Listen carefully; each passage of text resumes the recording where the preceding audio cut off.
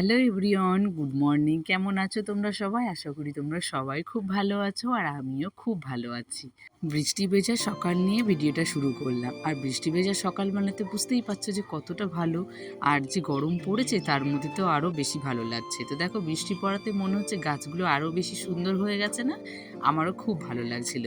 তোমাদের সাথে আমার অনেক কথা আছে, কেন বলো তো? কারণ তোমাদের সঙ্গে আমার অনেক দিন কথা হয়নি। কারণটা তোমাদেরকে পরে বলছি, তার আগে বলে দিই আমি যা যা কাজগুলো করব সেগুলো একটু তোমরা দেখে নাও আর আমার একটু গল্পও শুনে নাও। আর ভিডিওটা কেউ স্কিপ করো না। আশা করি তোমাদের সবার খুব ভালো লাগবে। আর কেন বলো তো বারবার করে আমার ভয়েসটা কেটে কেটে দিতে হচ্ছে, কারণ আমার গলার অবস্থা খুব খারাপ হয়ে গেছে। কারণ আমি তো বাপের বাড়িতে অনেক দিন হয়েছে এসেছি, তো মাঝখানে তোমাদেরগুলো অনেক কিছু শেয়ার করা হয়নি। আর আগের ভিডিওতেও আমি ফুল দিয়ে ভিডিওটা শেষ করেছিলাম, তো আবার সেই পরের থেকে ভিডিওটা শুরু করেছি। কারণ লেট হয়ে গেলেও ভিডিওগুলো জানো তো সব কিছু করেই রেখেছি, কিন্তু এডিট করার ভয়েস দেওয়ার এই কারণেই তোমাদের সঙ্গে ভিডিওগুলো শেয়ার করা হয়নি। তো দেখো সকালবেলা ফুলগুলো কি ভালো লাগছে না? এর আগের দিন সাদা হলুদ দেখেছিলাম, আর আজকে দেখো রাতটা পেরিয়ে পুরো সব ফুলগুলো হলুদ হয়ে গেছে, আরও বেশি সুন্দর লাগছে। আর যেই কালো মানে ফুলগুলো একটু কালো কালো হয়ে গেছে, তো সেই কালো কালো ফুলগুলো একটু ফেলে দেবো। তারপরে আমি আবার নিজের কাজগুলো শুরু করে দেবো। আর সকালবেলা ফুলগুলো দেখে সত্যি গো মনটা পুরো ফ্রেশ হয়ে গেছে। আর বৃষ্টি ভেজা সকাল, সেটা তো আর কোনো কথাই হয় না। আর আমার দেখেছো গোছগাছ সব শুরু হয়ে গেছে। কারণটা হচ্ছে আমি বাপের বাড়িতে যাচ্ছি। তোমরা টাইটেল আর থাম্বনেল দেখে তো হয়তো বুঝেই গেছো। তার আগে ভাবলাম যে নিজের ঘরটা একটু ফ্রেশ করে পরিষ্কারভাবে রেখে যাই, কারণ সব কাজগুলোকেও আমাকে তো আবার এসে করতেই হবে। তার আগে ভাবলাম যে যে কাজগুলো আমার জন্য একটু কমানো দরকার সেই কাজগুলোই আমি করছি। তো সবার প্রথমে আমার যে প্রিয় জিনিসগুলো আমি তাদেরকে একটু যত্ন করে রাখছি, কারণ আমার ফুল আমার খুব ভালো লাগে। আর বাড়িতে ঘরে তো ফুলগুলো আমার তো থাকেই সেগুলো। তো সব থেকে আমার প্রিয় জিনিস হচ্ছে এগুলোই, যেগুলো এখন আমি নিজের জিনিস মানে নিজের জন্য কোনো কিছু কেনাকাটা না করে আমি একটু ঘর সাজানোর জিনিসগুলো কিনি। তো সেই জিনিসগুলো একটু যত্ন না করে রাখলে হয় বলো? কারণ আমি ধরো যাবো এক সপ্তাহ বলে, এবার আসবো আমি 15 দিন পরে। তো এই জন্য আমি সবসময় যাওয়ার সময় এই জিনিসগুলো আমি একটু মানে পরিষ্কার করে সেগুলো তো আমি আলনাতে রেখেই তারপরে যাই। যদিও একটু ফুলগুলো একটু নোংরাই হয়েছে, কারণ অনেকটা দিন বাইরে ছিল, তো আমার মাঝখানে আর পরিষ্কার করাও হয়নি। তো ভেবেছি একবারে এখন এসে তো আর সেই জিনিসগুলো লাগাবো না, কারণ আমাদের অন্য একটা প্ল্যান আছে। তো সেটা যদি সাকসেসফুল হয়ে যায় তাহলে এই জিনিসগুলো আর আমার লাগানোর এখন প্রয়োজন নেই। তো সেগুলো আমি পুজোর সময় একেবারে পরিষ্কার করে তারপরেই লাগাবো। আর এই জন্য আমি আরও বেশি জিনিসগুলো গোছগাছ করে যাচ্ছি, সেটা তোমাদেরকে নাকি অন্য একটা ভিডিওতে শেয়ার করবো। বাইরে যে টি টেবিলটা ছিল সেটাও আমি একটু ঘরে এনে রেখে দিলাম। কেন বলো তো? কারণ আমি বাড়িতে থাকছি না, তারপর সেটা একটু পরিষ্কার করার মতো না কেউ থাকছে না। জিনিসগুলো তো একটু যত্ন করার জন্য কাউকে লাগবে, তো যত্ন করার মতো কেউ নেই। তাই ভাবলাম আমার জিনিসগুলো আমি একটু নিজেই যত্ন করে পরিষ্কার করে রেখে যাই। তো ঘরে সেগুলোকে রেখে দিলাম। আর মামামের যে খেলনাগুলো বাইরে পড়ে থাকে, তো সেই খেলনাগুলো একটা ঝুড়িতে করে সেটা দিয়ে ঢাকা দিয়ে রেখে দিলাম, কারণ মামাম আসলেই আবার সেগুলো ধরবে। আর আসার সঙ্গে সঙ্গে আমার পক্ষে পসিবল নয় যেগুলো পরিষ্কার করা। তো ঢাকা দিয়ে রাখলে একটু উপরের চাদরটা সরিয়ে দিলেই আমি এগুলো একটু দিতে পারবো। দেখেছো তো বাপের বাড়িতে যাব বলে কত বড় বড় ব্যাগ গুছিয়ে নিয়েছি। ব্যাগগুলো হওয়ার কারণ আছে, কারণ বাপের বাড়িতে তো মেলা আছে, এই কারণেই আমরা যাচ্ছি। তো মেলাতে গেলে তো একটু বেশি জামা কাপড় লাগেই। আর এখানে দেখো ও নবদ্বীপ থেকে কিছু জিনিস নিয়ে এসেছে, যেগুলো মা ওকে নিয়ে আসতে বলেছিল। আর বাবা বলেছিল গামছা নিয়ে আসতে। আর হলুদটা যেহেতু আমাদের এখানে ভালো, তো সবসময় মা এখানে আসলে হলুদটা নিয়ে যায়।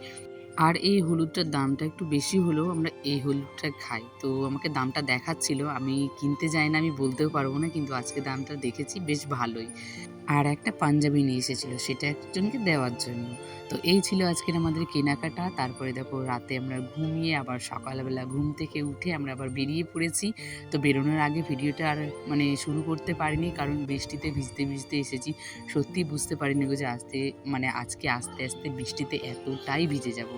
তো পুরোটাই ভিজে গেছিলো, যেহেতু ও গাড়ি চালাচ্ছিল। আর মাম্মাম আর আমি একটু ছাতা দিয়ে হালকা করে ঢেকেছিলাম, তো আমরাও ভিজিনি। তো ও পুরোটাই ভিজে গেছিলো। এসে আবার টেনের ওপর জামাটা চেঞ্জ করেছিল, তারপর আবার জামাটা শুকিয়েও গেছে। অন্য একটা জামা পরে আবার এসেছে। আর আমরা দেখো আবার ট্রেন থেকে নেমেও গেছি। নামার পরেও যে এখানে কি বৃষ্টি শুরু হয়েছে, মানে কি বলবো, আজকে আমাদের দিনটা সেই বৃষ্টিতেই গেছে। এসে আমরা একটু মুড়ি ঘুগনি খেয়ে নিয়েছি, কারণ মা একটু মুড়ি ঘুগনি করে রেখেছিল। আর ঘুগনি খেতে খেতেও দেখেছো বৃষ্টি আবার শুরু হয়েছে। তো বললাম না, আজকে বৃষ্টির দিনটা মানে দিনটাই আজকে বৃষ্টি বৃষ্টি ছিল, পুরোতে ভালো লাগছিল, একটু ঠান্ডা ঠান্ডা দিন। আর আমি একটু বৃষ্টিতে যেহেতু ভিজে এসেছি সকালবেলা, এই জন্য মাকে একটু বললাম আমাকে একটু চা করে দাও, আমি একটু চা খেতে খেতে একটু বৃষ্টিটা দেখি। আর এখানে আমার একটা কাকু ছেলে স্নান করছিল, আর আমাদের গাড়িটা ছিল নিচে। তো বাবা বললো যে গাড়িটা একটু পরিষ্কার করে দিতে, যেহেতু যে কাদাগুলো আছে তাহলে বৃষ্টির জলে একটু পরিষ্কার হয়ে যাবে, তারপর বাবা একটু ভালো জল দিয়ে ধুয়ে নেবে। আর চলো তোমাদের সঙ্গে এই কথাগুলো বলি যে আমি এই কদিন আমি কেন ভিডিও দিতে পারিনি। কারণটা হচ্ছে আমার বোন এসেছে জয়পুর থেকে, প্রায় বিয়ের পরে 5 মাস পরে এসেছে। তো সেই একটা আনন্দ, মানে ওকে পেয়ে বলতে পারো ও আমার বেস্ট ফ্রেন্ড, যাকে আমি সব সময় আমার নিজের মনে করি। আমার ও বোন না, বলতে পারো আমি ওকে সব কিছুই শেয়ার করি। তো বোন এসেছিলো, সেই আনন্দে একটা ভিডিও দিতে পারিনি।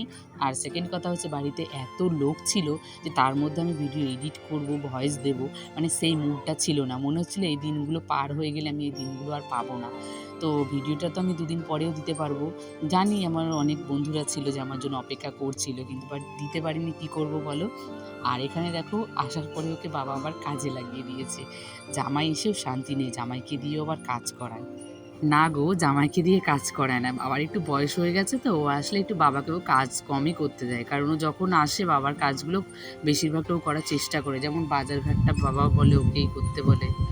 তেমনই বাবা তো বাগান নিয়েছে, বাবাই আসছিল আম পাড়তে, তো বললো না ভাই যখন আছে তাহলে ভাই আর আমি মিলে দুজনেই হয়ে যাবে, তোমাকে আর যেতে হবে না।